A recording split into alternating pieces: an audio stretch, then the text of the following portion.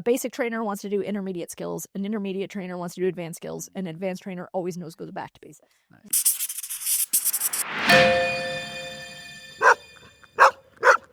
Hi, everyone. My name is Matthew Maltese, owner and trainer with Pet to Pal Dog Training, and this is the Pet to Pal podcast. Today, I'm joined by Elise of Nordik K9 and Stephanie of Kiss My Mutt. Thank you guys for being here. Not the better days. I know, it's a great name. It is a great name. And also, Good Dog Collective. So I don't think we talked about that too much last time you were here. Why don't you kind of give us an update on Good Dog Collective and kind of what you have going on, Steph? Yeah, thanks for the intro and thanks for having me here, guys. So Good Dog Collective is the store that I'm going to be operating from with Kiss My Mutt's new facility. So they're a really, really great pet boutique that also offers grooming. And then I'm just going to be in the lower level. I have a bit of a setup going on. It's still growing and still improving. But, we've got some slap mills and all the things that we're going to need to be able to do different types of trainings, primarily behavior mod. But there's also going to be some other fun things that I haven't yet announced. And I'm like, do I say? No, or keep it. I'll be looking out for it, absolutely. But I can't wait to see what you got going on there. You got some good stuff cooking. Yeah. And Elise, obviously, we were on a previous episode, and you're kind of telling us about opening Nordik K9. What kind of advice maybe would you be able to offer, Steph, in terms of opening a facility and starting, down that path? Oh my goodness, where to begin on that one? Make sure the rope is, sturdy enough to support your weight. Okay. When you do hang, I'm just kidding.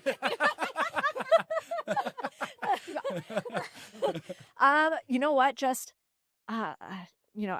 the show that I probably lean on the most, and I watch it like 3 times a year through, is Ted Lasso. Okay. And I don't know if you guys have ever, yeah, not once. Oh my goodness, Rebecca. Yep. She owns the football. I'm gonna call it football, soccer. And she's the boss. And I would say, one of the best lines that she has is hire your best friend. And that's something that I really took away, was making sure that, it's not just your own personal project. You really need to have a incredible team behind you. And it sounds like you've got working on it. Exactly. Like you've got this, this space, and they realize, they can only do so much with the grooming. Let's bring in a trainer. And if you have those relationships, it's so, so important. But I mean, just know that, all ideas are good ideas until they're not, and that's okay. Okay. And expect to fail more than succeed, and that is also okay. And, reach out if you're ever struggling or, not sure what to do, or if something like, how do I navigate this, the CRA, or how do I navigate a bank transaction or getting a loan or anything like that. Like, just ask the questions. Don't just think you have to do it alone. And lean on, the support of those that are maybe only 3 weeks ahead of you, like who are navigating the waters. That's really helpful. I hope so, because it's risky. It's so risky when you're opening up, especially taking that transition from, taking dogs in your house to a commercial space. Right. And nobody really can prepare you for just how much. And to give, the listeners an idea, and viewers, are there people? Okay. Hopefully viewers. Yeah. I live in Ottawa, to be honest. My husband is still in the military. I'm a police officer in the city of Barrie, and I commute every 4 days for my shifts. Right. Well, I also own and operate a dog training facility in Barrie, and everyone kind of went, what are you thinking? Like, you live in Ottawa. Yeah, and it was, and it was because, this is where I was established. So now I am only here. I'm here in Barrie for 2 weeks. I'm only home for 3.5 days every 2 weeks to see my family or my husband and the chickens. So, it's just, know that you're going to put in so much more time than you think you are, and just pray you have the support of your loved ones who will see you through it and reassure you. Because I tell you right now, if I didn't have the love and support of my husband, like there's no way this could have been possible. So That makes total sense. good. It is helpful to hear that because up until now, I've kind of been like a one-man ship of like, I'm going to make my website. Have I ever made a website before? No. I'm going to learn how to operate a business and all of the things that go behind it. And only since starting this location have I started to reach out to some people that I've known over the years and come to trust and thought, okay, you know what? I could use your help here. And leaning into that just community support and knowing I don't need to do it all myself, especially because there's going to be a lot of, can we swear? Yeah. A lot of fucking hurdles. Oh, thank God we can swear. Yeah. The amount of time on that last episode, I had to like, Let it out. I'm like, God, Let it all out. Let it all out. oh, we have opened the doors.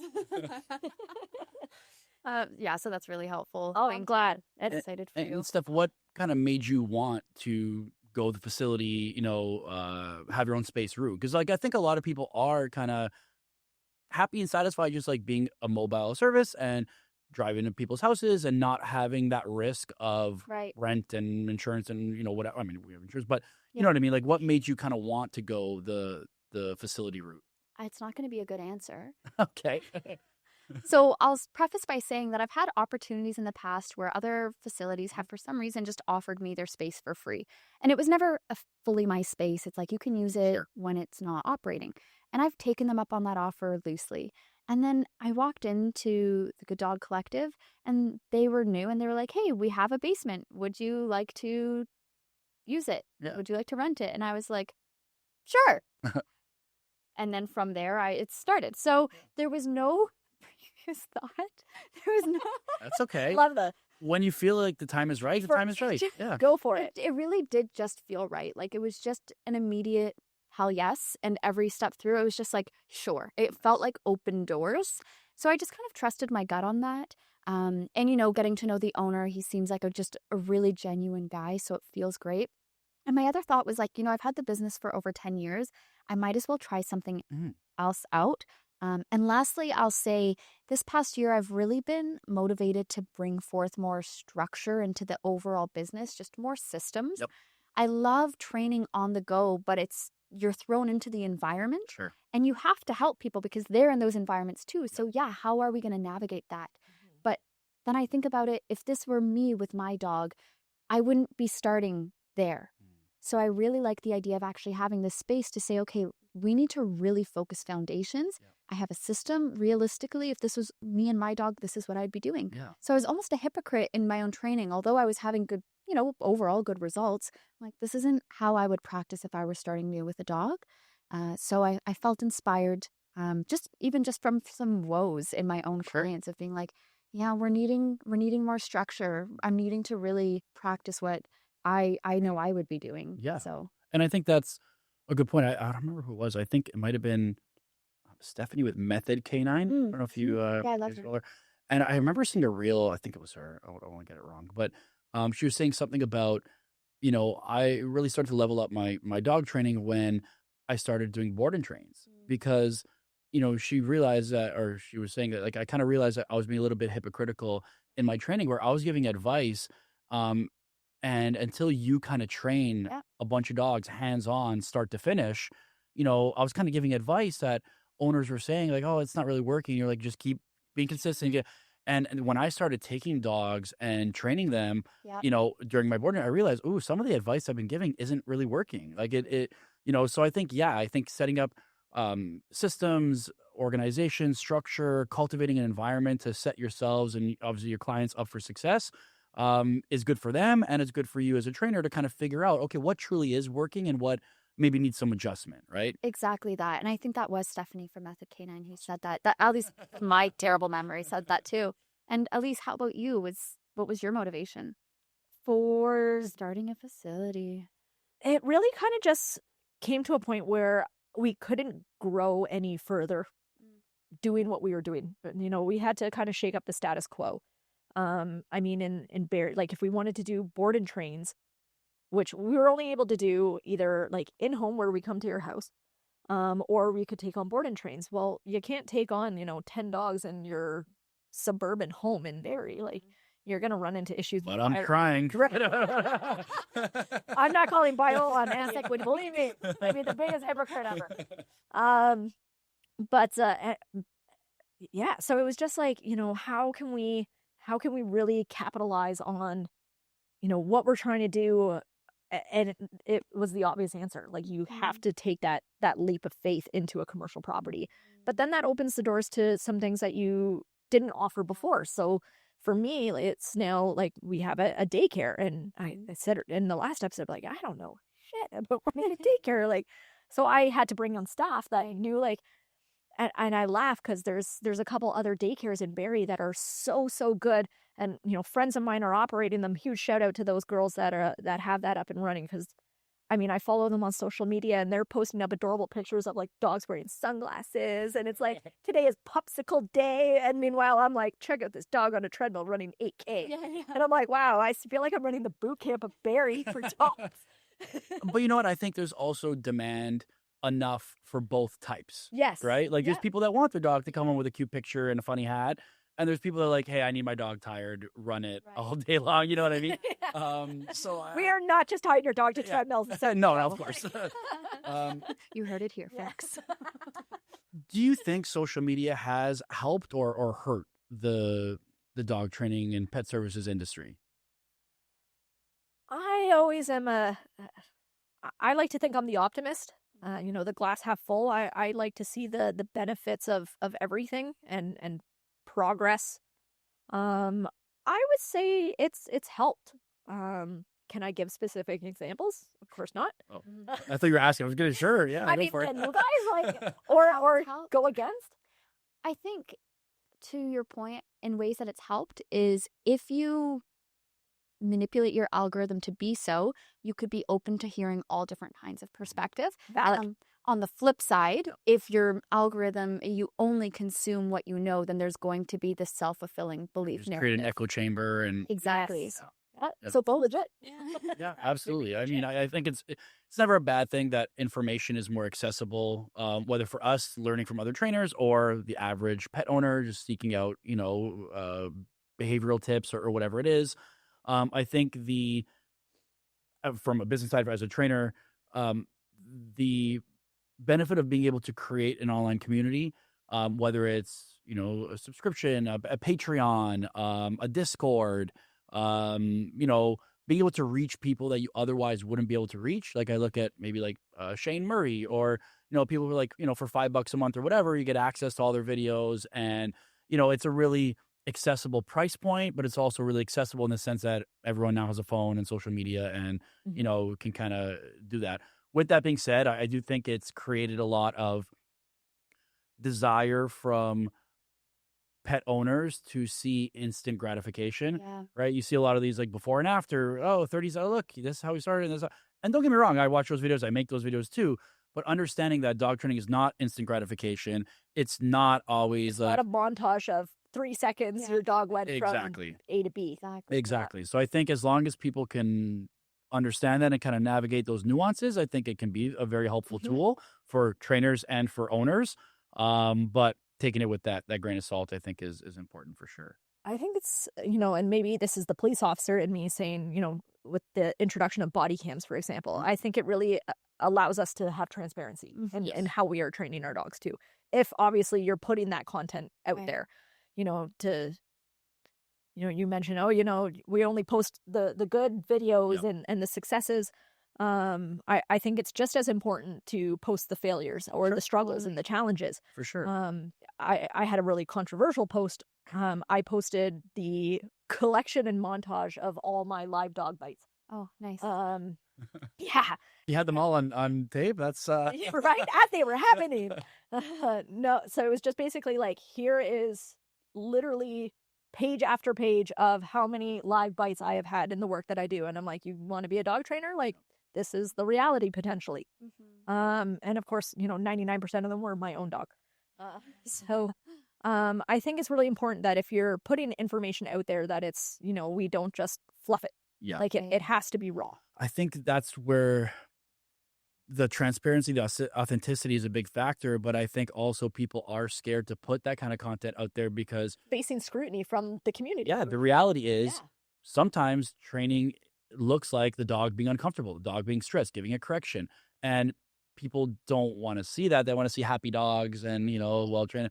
And then you'll get criticized or canceled or, oh, that's abuse or that's, whatever. So I think there is that hesitancy to be fully authentic for fear of backlash, right? And that's totally valid. Yeah. No, yeah. But that's the thing is a lot of times people don't know, how how the cake is being baked. Where is right? the line? Yeah. Yeah. How do we tiptoe that line? And if everyone just thinks, oh, dog training is just this always happy thing where the dog's always just happy and never stressed, when I come to your house and, we work on confidence building, we work on, your dog working through stress and your dog's uncomfortable and you've never seen that before and you don't think it's normal, then there's that like, whoa, wait, this isn't how I thought it was going to go kind of thing, right? I agree.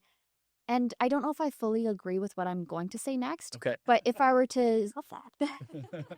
But if I were to maybe say a pitfall of potentially showing dogs that are stressed is we hope that as dog trainers, we have a very keen eye on the nuance in how stressed a dog is and when it was appropriate to do what. And then, of course, you can't be responsible for what other people do. But if they're like, oh, I saw this trainer make their dog uncomfortable for this, so I'm going to replicate that. Again, this is where I don't fully agree with it because, don't do what you see professionals doing online. But, maybe just the average pet parent who may not be as informed may not understand that their dog is like having a fucking meltdown and that was not appropriate and you might make things worse. Sure. Yeah. So I think maybe just adding that disclaimer of don't try this at home. Yes. Absolutely. Yeah. Valid. And what are the most common things you find yourself having to help owners unlearn? Maybe misconceptions that they've had already where you have to help them unlearn certain things before you can kind of actually teach them what you want. The things that I think I find a lot of people getting, was that for me or for you? Yeah, both. Yeah. Three. So it's not that the things that I'm having to encourage people to unlearn don't have any place in training. It's just that maybe they've become a little bit out of balance with these things. So something that comes to mind is getting really stuck on the operant model. There is a ton of value in the quadrants and the operant model and obedience. Not Sure. that all of these things have their own category, but if I had to group them in and being like, oh, but am I reinforcing the dog for this because they're doing that? Or shouldn't I tell the dog to sit? So I guess if I could make a very specific example is I focus a lot on encouraging people to have their dog regulate and have the state of mind arrive there rather than just focusing on the dog physically doing the thing. Yeah, that's a good point. Right, there's going to be a lot of fallout there. So for example, when I'm asking a client to have the dog regulate before coming through the door and they're like, sit, I'm like, I don't care. Yeah. Because let's let the dog show you through the expression of their body how they're feeling. Like obedience is great. Yep. Obedience has a place. Sure. But they've been using sit for so long and it has only gotten them so far in this specific made up situation I'm sharing with no specific details to it. So obviously, Catherine. I'm kidding. And your dog, Luna. you know who you are. Talking directly to you, client name. Exactly that. So yeah, I think that's a big one for me is just really focusing on behavior rather than how the dog is feeling. That's a good point. Unlearning that training isn't just obedience and tricks; it's a state of mind. Yeah. Yeah. Mm-hmm. Yeah, that's a good point. Yeah. No. For the unlearning thing, and I think, probably everybody has had this conversation. This is not a new conversation, but really trying to, change up the taboo on some of the equipment that we use and trying to educate, especially the civilian pet dog client on, why we use certain equipment for what and like how is it intentionally used and why we don't go to some other equipment because of, the evidence that has been brought forward based on, all sorts of things. So that's something that we really try and do with Nordik K9 is educating on equipment. But then I know we alluded in the last episode, perspective and expectations that when they come through the door, you train the dog in front of you. Like, everyone, if you saw my Malinois, my female Malinois, and she's doing an incredible, like she's got drive coming out of her ears and she is, like I was saying, being trained for live find, search and rescue work for me to learn how to handle a dog like that. She's incredible. but you bring me a 4 out of 10 kind of dog. Well, I'm going to try and make that dog the best that dog can be. Don't compare your dog to mine. Right. Yeah. And that being said, your dog has this beautiful heel that I will never replicate. So please don't compare my dog to yours. Yeah. So Yeah, that's valid. Yeah. And I think that's also, even to go back to the social media thing, is that comparison, right? It's like you see these other, oh, that dog has a nice focused heel. It might not, and, comparison is the thief of joy, as cliche as the quote is, but, focus on the dog in front of you. Yeah. And it's good to have goals. And, I want to try to, get to that, or, whatever it might be. But yeah, work the dog in front of you, not, your idea of what the dog should be or what it is, what it isn't. Like, just work what you have and get it to that point when you get there. Yeah. Do you feel that the industry is heading in the direction, or do you think it should head in the direction of trainers being licensed and regulated? Or do you kind of like it better how it is? I love how we're like, oh, next. Am I gonna, this is the spear I'm gonna die on today. Do you want me to?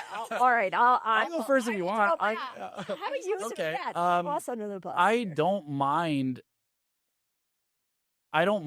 if there is regulations or licensing, but then the question is, well, who decides? Yes. Who licensed? Who's like, right? It's because, like, even you look at a couple of years ago when prong collars got banned, right? There was a big push from the force-free community to ban these tools, and the problem is you have people in politics creating laws on things that they know nothing about. Exactly. Right. And it's like, who do they consult? Okay, they consulted a couple of force-free people who said these are bad. Okay.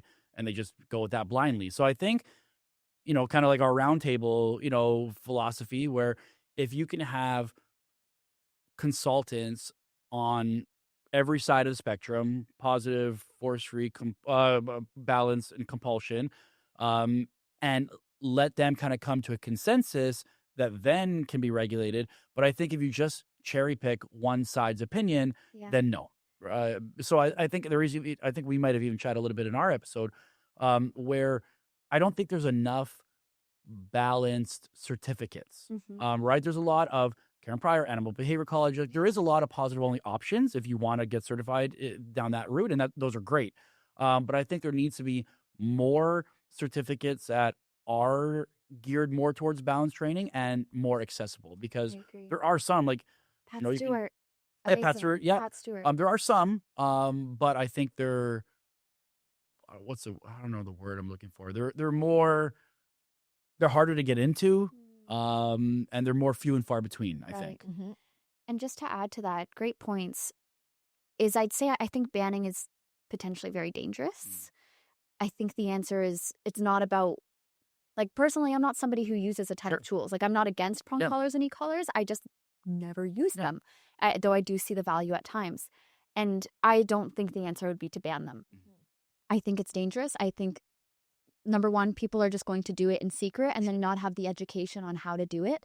And then they're just going to find other ways to try to stop behavior that may be even more dangerous. Like when they stopped allowing e-collars and prong collars in certain places, people just started putting like crazy aversives around the gut of a dog's stomach and ringing them up by that instead. Like, is that any better than a low pressure e-collar?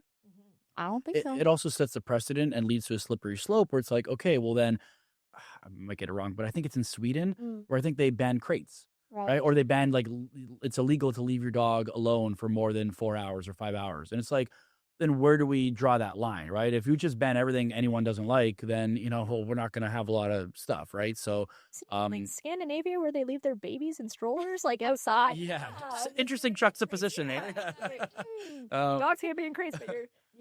Yeah, and I apologize if I'm getting the country wrong. I'm pretty sure it was Sweden. Somebody correct me if I'm wrong.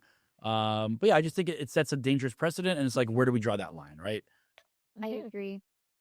And especially if we're not addressing appropriate breeding standards, then that's a whole other step. Like, again, as somebody who doesn't personally use a ton of tools in my work, I still can understand where I have many clients that choose to use prong collars, and I say, go for it. That's what makes you feel safe. And if people are getting dogs from, like, for example, most shelter dogs this is the hill I'll die on, are not coming from well-bred breeders. Sure. Responsible breeders will take those puppies back. The puppies that we're seeing in shelters, I can already feel myself getting him. Preach. You know, the ones that we're seeing in shelters are not already likely coming from stable bloodlines and responsible ethics. So then people are then having to manage in the way that they are going to feel safest with, and they need to consider themselves along the way. Yep, as well. absolutely. Yeah. Absolutely. That's a good point. I'm going to totally kind of go off on a tangent just because Go for it. you hit for it. something and I just want to get that out there. Something that I feel probably a lot of people aren't aware when we talk about dogs and rescue and ethical breeding. Something, how can I say this?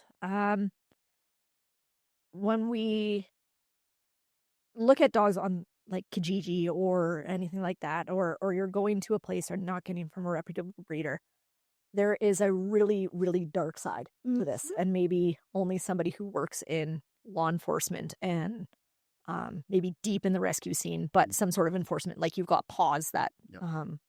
the welfare agencies that they're going to, is the organized crime aspect to it. So, and I'll paint a picture for you.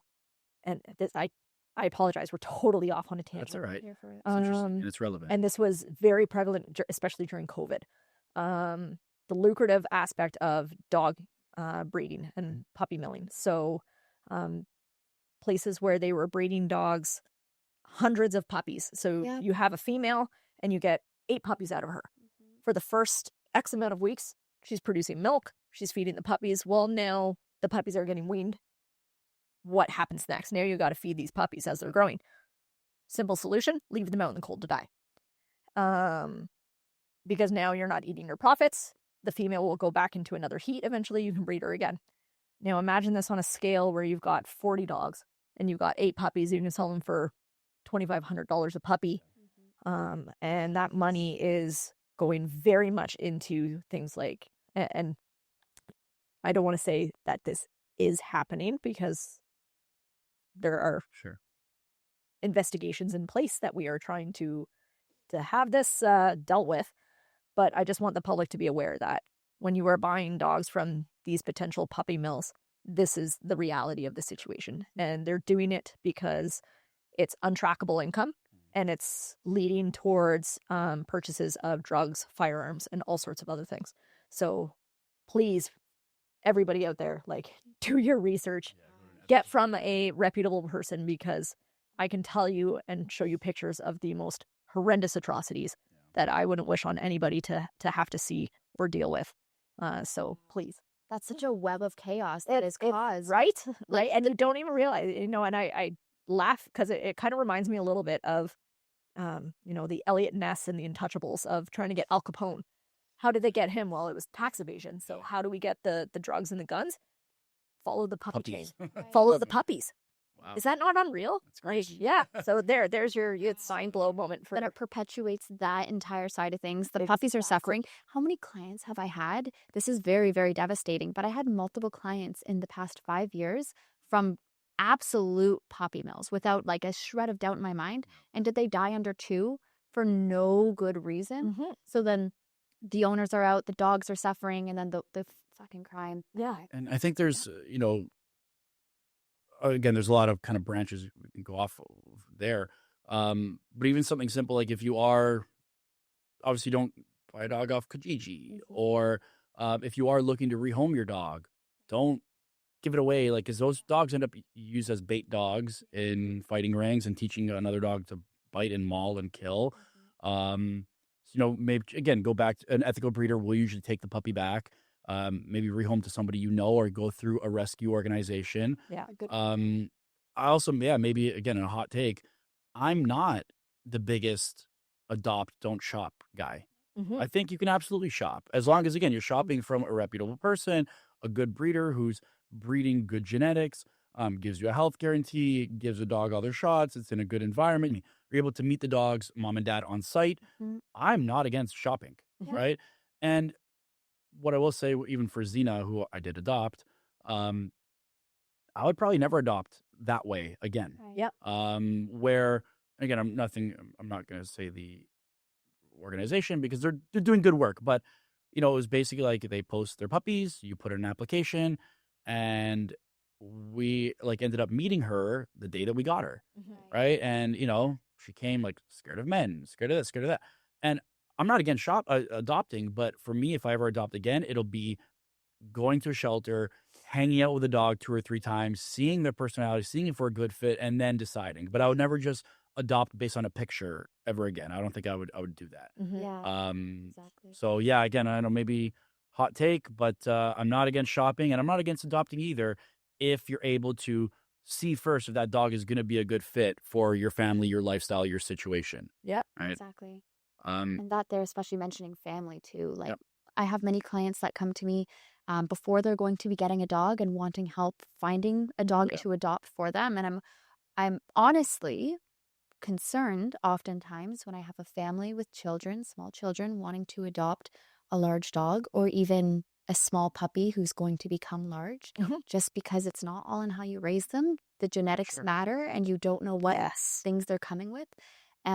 So it doesn't mean that it can't be good and fine. And again, this might be a really big hot take, but I have worries. And I can't help but give a serious disclaimer when someone comes to me of saying that, like, this may not be a great idea. There's And risk. There's And compatibility.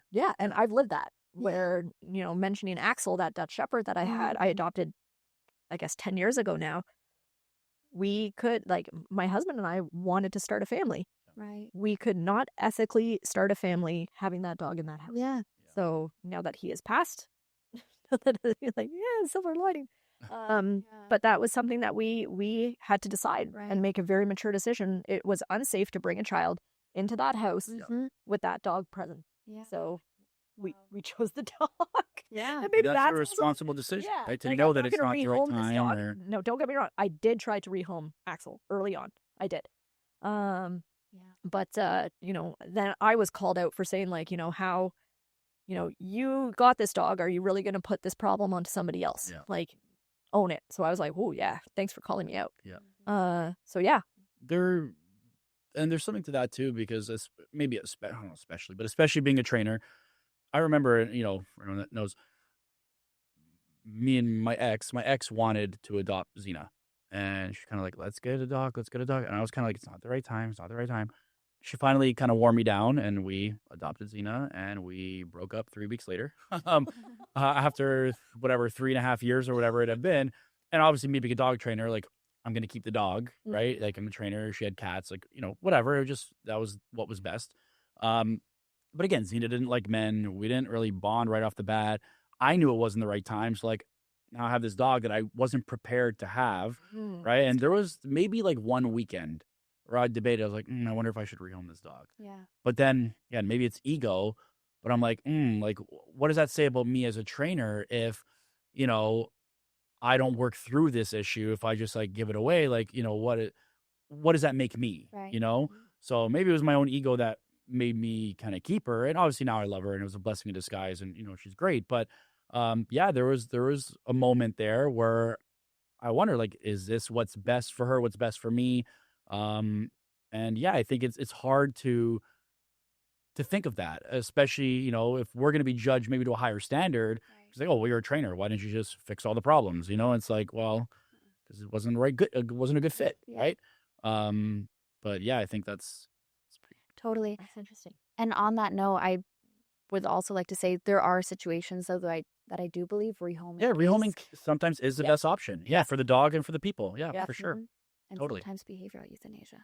Yeah. Yep. And it's an unpopular opinion, but yes, like, Yeah. you can maybe in a truly dangerous situation, that might be the only, like, you cannot put that liability on somebody There else. are dogs that have neurological issues, maybe bad breeding, inbreeding, already have bite histories, have triggers that are unpredictable, and in best case, with a very experienced owner Right. and handler, maybe you can manage this dog. Right. But those are unicorn people, Yeah. and Yeah, it it's takes a not specific type of 1,000 owner, people for and that the dog's not thousands of thriving. dogs. It's just It's managing. existing. Exactly. And management can fail, and that's assuming that these people aren't already afraid and traumatized Yep. by their own dog. Yep. Yep. Yeah. So there are situations where that is the most responsible thing. And again, not to bring it back to the kind of the positive only, but I think that's like once you've exhausted all your options, once you've tried different tools, different methods, different philosophies, it's like, okay, we've thrown everything at the wall and Yeah. it's just not happening. Yeah. That's one thing. But I think going straight to that, which I've seen Yeah. some people do, that to me, I think and again, I don't mean to bring it there, but behavioral euthanasia came up. So one of my biggest problems with the positive only side is it's branded as, well, we're just very compassionate and we're just like empathetic and it's all about the dog's well-being. So we don't want to make them uncomfortable or use corrections or reverses because that's going to make them uncomfortable and pressure and fear and, all that.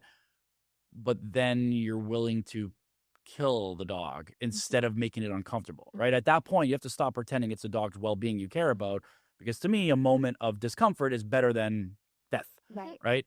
So that's where it kind of like, it becomes almost like kind of virtue signaling a little bit more than actual training, or it feels almost disingenuous a little bit. Right. But yeah, again, there are situations where if you've tried everything else and that's just the best option for that situation, then sometimes that's the best option for that situation. Totally. But And I'm curious about your guys' opinion on the talk of positive only. Is I think potentially, especially with social media, we see a lot of extremists on social media. Just like in politics, you can see extremists in either way, which can paint people who may still be more leaning in that direction in a bad light. Yeah. But it may not actually reflect their values and practices. Sure. And on the talk of positive only, I completely agree with everything you said, though I do think that it's a much smaller percentage of trainers than, like, I think, for example, I'm just going to make up, I'm going to pull numbers out of my ass right now and say, let's just say there's like 40% of trainers are balanced trainers, 40% of trainers are positive reinforcement trainers, and then maybe we have 10% compulsion, 10% positive only. And maybe those numbers are completely off, but I do feel as though, thankfully, I think it's extremists at the end that we're talking to and doesn't represent the bunch. It's usually the small minority that is the loudest. Yes. Right? And they speak and you think, oh, that's what most people think, right? But it's just this very, small group, or maybe not very small, but, it's a smaller group that is trying to speak for everyone or making their voices the loudest. And I agree. I think extremists on any side with any really issue, whether it's politics, dog training, whatever, are the problem, right? Like you can still be centered and, believe a little bit of this, a little bit of that. You don't have to be black or white, yes or no. Yeah. So yeah, no, I totally agree. Yeah. What trends in dog training are you seeing now, good or bad? I noticed one yesterday, but I forgot. Oh, okay. Go. Yeah. Feel this. Yeah. Yeah. I don't know that it's very big and widespread, but I've just been hearing a lot of this lately, is people talking about like nervous system regulation and attachment theory, how it could relate to dogs, although we don't have studies pertaining to dogs specifically on that, but just kind of connecting a lot of how people see, like, are you guys familiar with the book, The Body Keeps the Score? No. I was told I need to read it. Seen by my therapist. I was just about to say, I didn't want to get there. I was like, bye, my therapist. Same. Instead I had to read Us, I think. Oh, I don't know that one. Maybe Oh, good. I think a lot of maybe like new age healings are seeing how they could be transferred to dogs. That's all I have to say. Okay. Yeah. And I don't think that's a bad thing. I think that can be a good thing. Yeah. I don't know. Like, maybe I'm not one to, or maybe I totally fall in the trope of following all the trends but maybe because I'm a little bit more, I shouldn't say removed from, like, me personally, I'm not as involved in the pet dog stuff at this present moment. So I'm not really following maybe perhaps a lot of the trends that you guys are seeing. Are there trends maybe in like sport dog training or light sports or things like that? Because right now my kind of undivided attention is very much in the search and rescue work. Gotcha. And I'm trying to think if there's really anything that is trendy. That seems stable to me. More stable. Yeah. Maybe it is. Or maybe I'm just so new to it that I'm still Right. trying to kind of Fair. wrap my head around. Yeah, so maybe I'm not the greatest person to ask that, but No worries. I will tap into some brains of those who Oh, are. good. How about you, Matt? I've been seeing a lot of things trying to normalize resource guarding. Really? Yeah. What do you mean? I've been seeing reels like, my dogs guard their bones, and I think that's just normal. Like, dogs are going to guard their bones, and I don't punish them for that. I think, like, they're allowed to, be possessive of their bone towards the other dogs in the house. And I think there's a little bit of a push to, like, normalize resource guarding, not towards human, Okay. but, like, towards, like, the other dogs. Like, if you have a multi-dog household, Right. like, oh, yeah, if my dog has a bone and the other dog approaches and my dog growls, like, I don't punish him for that. I just, let him kind of be. And maybe I'm sure it's, in the wild or whatever, wolves will be like, hey, that's my piece of meat. And sure, fine. But, in my house, I don't want fights. I don't want, so I don't want to normalize that. So I've been seeing a little bit of that, and I don't know how I feel about it, but Seth, how do you navigate that in your household? I don't allow it. I try to let the dogs know that you have nothing. I have things that I allow you to have. Yeah. So you don't get possessive, because then you'll lose it, right? These are, it could be the couch. It could be, these are privileges, Right. right? If you Totally. get possessive of the couch, then you're off the Move couch, on. right? Okay. So I try to treat it a little bit that way. And then counter conditioning, maybe teaching that if the dog does come close, you're going to get rewarded, right? So, I like this dog coming close now because I get bonus. Right. I get bonus treats or bonus praise or whatever it might be. So, it's just probably counter conditioning. Yeah. Mostly a little bit of corrections if it escalates, but otherwise counter conditioning for the most Can I part. ask more questions? Sure. So, hypothetical, what would you say is the desired end goal? Let's just say I brought Dapper, Yep. my Rottweiler mix, into your house. Yep. And she was like, not that she does this, but let's just say she was like, Xena, you little bitch, doesn't want a bone. Yeah. What would be the appropriate answer from Xena? Okay. Or I think ideally I would like to see maybe more avoidance first. Maybe like taking the thing and like creating space, nice. right? Versus like just going straight to like, fuck off, this is mine. Yeah. So I'd want to see them kind of find that coexistence, self-regulation place. If I needed to step in, obviously I would advocate for the dog that I feel like is in the right in that moment. But yeah, I think that's especially when you have close quarters, when you have dogs in tight spaces, they are going to step on each other's toes for lack of a better terms. And, that's a little bit unavoidable. But yeah, I think also if a dog is well-mannered and respectful, Yeah. I'll be a little bit more lenient with that, because at that point, it's like letting a balanced dog correct a puppy, or at this point, you've shown me that you're trustworthy enough that I can trust your corrections or not. But if a dog is, kind of quick with their triggers and, going right to corrections very fast, then I might need to say, hey, that was unwarranted. This dog didn't do anything to you. Chill out. Right. But otherwise, I might trust them to kind of figure it out on their own, obviously while being supervised. You're not going to leave resources around when you're not watching your dogs. That will lead to issues that you don't want. That makes sense. Yeah. What role do you find? I know I have some examples for this in scent detection, but what role do you find generalization plays when we're training any behaviors with our dog, right? Because I think a lot of people kind of practice, in the morning in the kitchen, and then all of a sudden they're like, why isn't my dog doing it when we're on a walk or when we're at the park or we're at the store, right? So getting to that point where behavior is becoming automatic and then generalizing it with different environments, different changing variables. I would say that's huge. Like, one of the things that I always take to heart is, and I can't remember who said it, but a basic trainer wants to do intermediate skills, an intermediate trainer wants to do advanced skills, an advanced trainer always goes back to basics. Nice. I like that. So for us, especially as we're developing dogs through, our working program for whatever it is that they're trying to achieve, I'll maybe go back to search and rescue because that's what I'm trying to develop right now. I have a dog that, has been so good at doing boxes, for example. And, basic day one, here's 2 boxes. One has target odor, one has distractor. And all of a sudden now she's walking boxes. And I'm like, oh, crap. Like, you've been searching cars and, being out in 6 acres of heavy forest navigating, and you can't do 3 boxes. Like, what is happening here?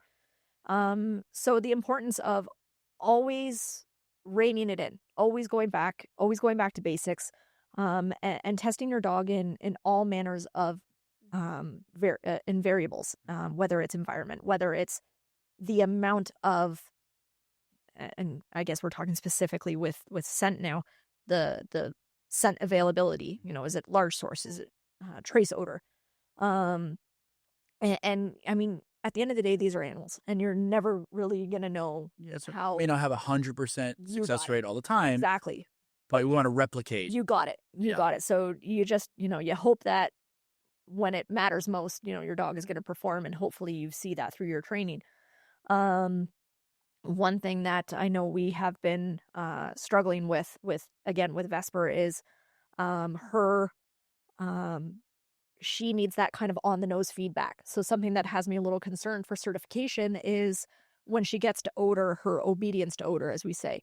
Is it there yet? And even I'm questioning that. So when she gets on odor, if she doesn't hear my mark fairly soon, she has been walking off odor, and I'll be honest, I'm a little afraid to give her that opportunity to make the right decision. Even if she does walk off odor, should I allow her to, go back? And, I can only watch so many videos and talk to so many people who offer their opinions, and everybody has a different opinion. And I think I need to now just accept I have to give it a shot. I need to give it a shot that she is going to potentially walk off odor. And I have to, and we mentioned, instead of the now what, I need the then what. Yeah. So if she does, what do I do? How am I going to prepare for that? Yep. Versus, not having a plan. So that's at least how I can contribute to that question. For sure. No, that's valid. And I know, like, even just to piggyback off the scent work, and then Steph, I want to hear your opinion as well. I remember, I think when I was doing the course with Pando at Olympus. Yeah. I think if I remember, he gave the example, or maybe one of the OPP guys used the example that they were putting the stash in Ziploc bags, and the dog was doing great and finding it and awesome. And then they realized that the dog started tracking Ziploc bags because the only factors that were consistent every time was the stash and the Ziploc bag. Yeah. Right. So the dog starts to realize, I guess this is what I'm looking for. Right. So changing, it sounds like to the average person, like those are, who cares about that? Yeah. But those little things are what your dog is picking up on. Even when you mark a behavior, if there's multiple things happening at that moment, your dog picks up multiple things and maybe picks up the wrong message. Right. Yeah. Yeah, we talked about proofing and like we have to proof the behavior and proof off of distractors and things like that. I mean, we could talk for so many different professionals for hours literally on just the practice of proofing your dog and sterilizing your training atmosphere. And And so do you find that as well? Yeah, that's really interesting, though. I'm curious to hear how that goes. And I'm also curious, I don't want to derail everything, if your dog is a really handler-dependent dog, which is why they're reliant on the cue, or if it's something else. That particular dog, we said, so she's a Berry SPCA dog. Okay. I got her when she was 4 months old. I kind of ate my own words just to kind of anecdote this. I was bringing so many dog-seized animals into the local SPCA that a friend of mine who was the manager there was like, Elise, if you bring me one more dog or one more budgie or anything, she's like, you need to adopt the next dog. As I'm holding like 5 kittens in my hand. And I'm just like, okay, tell you what, if you get a Malinois or a Dutchie come through the doors, that's young, I'll come and test it and we'll see. Well, sure enough, the next day, 4-month-old Dutchie gets Oh my gosh. I led it at the Berry SPCA, and I'm the first phone call. She's like, here's your dog. And I'm like, crap. Like, Didn't take long. That did not, right? It's crazy. Okay. So I did. I ate my words and I adopted. Now, that being said, I have tremendous relationships with some incredible breeders that would produce me a dog that would be incredible to work, and I know I would have that great dog. No problem. But Vesper is like, she's an incredible athlete. That dog can run circles around. She's works so hard. She's so playful.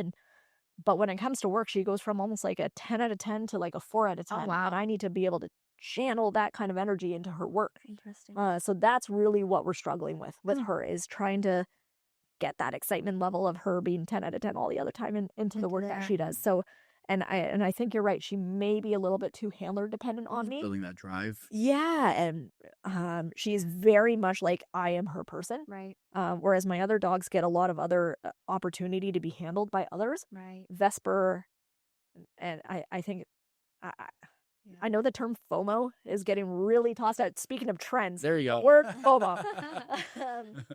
She definitely has the fear of missing out and is quite handler dependent. Interesting. And I think you may have just nailed something for me that I need to do some self-awareness check-in and be like, ooh, This is a thing. do better. Totally interesting. But Matt, to circle back to what you mentioned, exactly that is that like part of conditioning is the conditions. Yes, So- that's a good point. That's a really good point. Yeah. So Right. to the Ziploc bag, to whatever it is, it's like, well, we don't know what they are and aren't picking up on. And I think, yeah, for the average person, when you're saying, well, why isn't my dog listening today? They were listening yesterday. Right. Take a step back and audit your training. Are you doing something differently? Right? Like, if you always practice in the morning in the kitchen and then all of a sudden you try on concrete, on wood chips, on what, that's going to affect them. Different conditions. Routine, Mhm. right? Like I'm sure you might be the same where a lot of times, like even now back to school. Yeah. Right. A dog going from having all the kids home, everybody home, to all of a sudden they're alone. Like, what the hell's going on here? Right. Change of routine. Anxiety. Yeah. Change of routine, change of environment. When the clocks change, people, I'll get calls. Well, yeah, your dog doesn't know why everything in their world is an hour late all of a sudden, like maybe start preparing that a week in advance, right? Start feeding them 10 minutes later, whatever. I know even like when I use the example, I think a couple of years ago, there was that movie, A Dog's Purpose. That was one I didn't see because I think they're a little too hokey for me. Well, Admittedly. it tortures you. It's like, hey, I mean, every dog movie, the dog dies. Okay, we all know that. Oh, but, God, but this no. one, spoiler alert, but this one's like, The dog dies. it dies like 5 times in a row. It dies every 20 minutes. It keeps reincarnating. So, It's not film. basically, yeah.